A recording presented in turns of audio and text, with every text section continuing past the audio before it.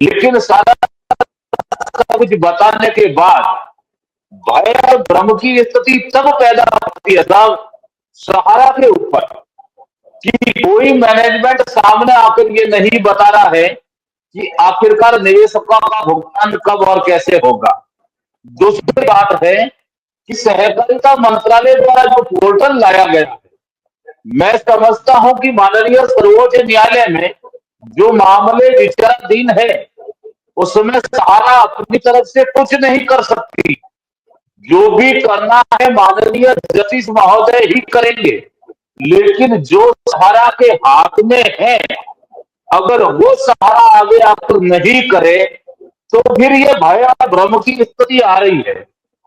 आज मैं आपको बता दूं कि हिंदुस्तान के जो भी निवेश करता है, मल्टीपल मेंबरशिप को लेकर बहुत बड़ी समस्या उनके सामने उत्पन्न हो गई है। ये क्या सहारा इसका समाधान नहीं कर सकती? बिल्कुल, अगर सहारा चाहे तो इसका समाधान कर सकती है। जहां तक मैं जानता हूं, हो सकता है मेरी जानकारी दुरुस्त नहीं होगी, लेकिन मल्टीपल मेंबरशिप का जिस तरह से डिफिशियंसी दिया जा रहा है, ये वैध और अवैध जमाकर्ताओं का जो खेल है, ये इसी मल्टीपल मेंबरशिप को लेकर शुरू हुआ है।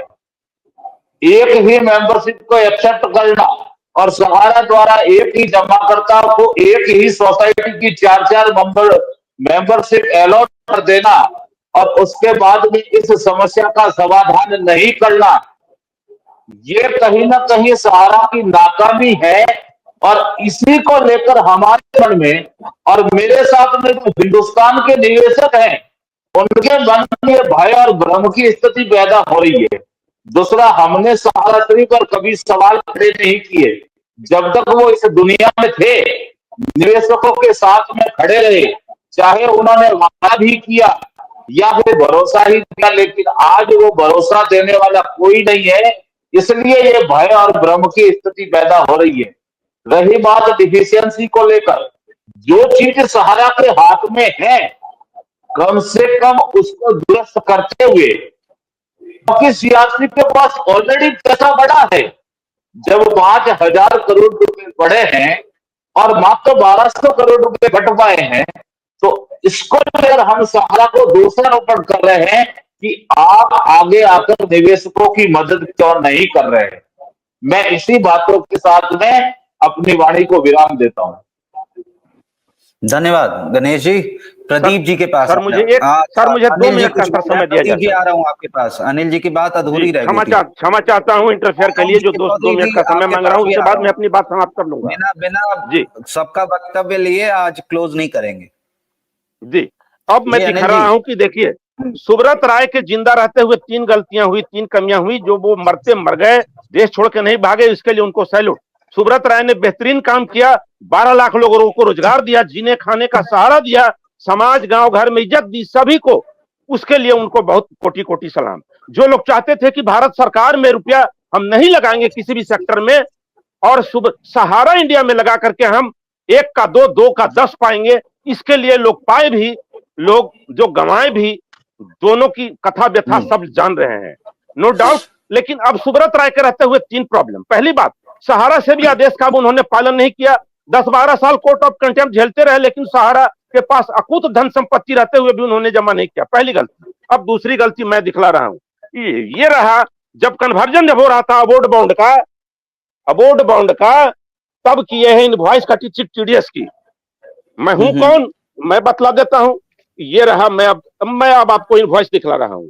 यहाँ हाइलाइटर से किया हुआ है, यहाँ जहां उंगली से टैप कर रहा हूं, यहाँ अनिल सिंह लिखा हुआ आपको मिलेगा। ये अनिल सिंह मैं हूं, ठीक है।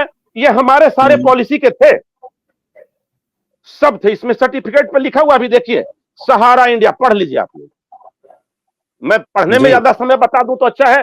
Sahara India commercial corporation limited, housing and infrastructure company, ये भूतनाथ ब्रांच 2044 जो मदर ब्रांच था, उसका फ्रेंचाइजी ब्रांच 6404 का ये डॉक्यूमेंट है।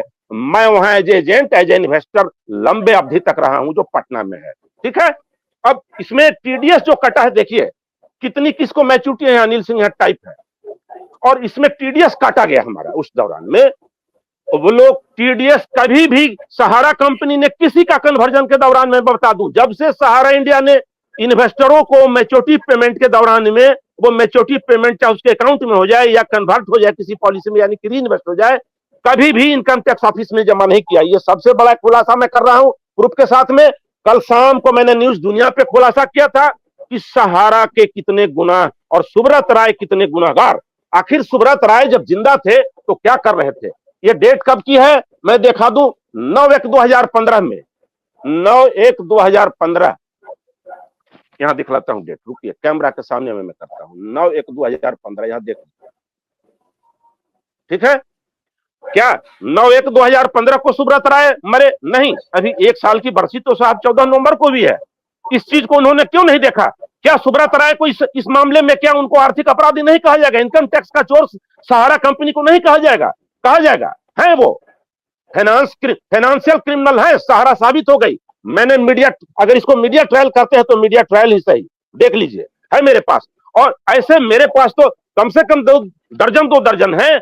कम से कम मैं बता दूं कि 300 से 400 की संख्या में हमने उसका पीडीएफ बना करके सॉफ्ट कॉपी और हार्ड कॉपी विश्व भारती जनसेवा संस्थान के बैनर तले हमने सुप्रीम कोर्ट में लगाया हुआ है। जिस दिन केस का फाइनल होगा, नन पेमेंट का मैटर तो अलग है, अलग अलग पॉलिसी का, वो इसमें भी सहारा कंपनी फंसने जा रही है।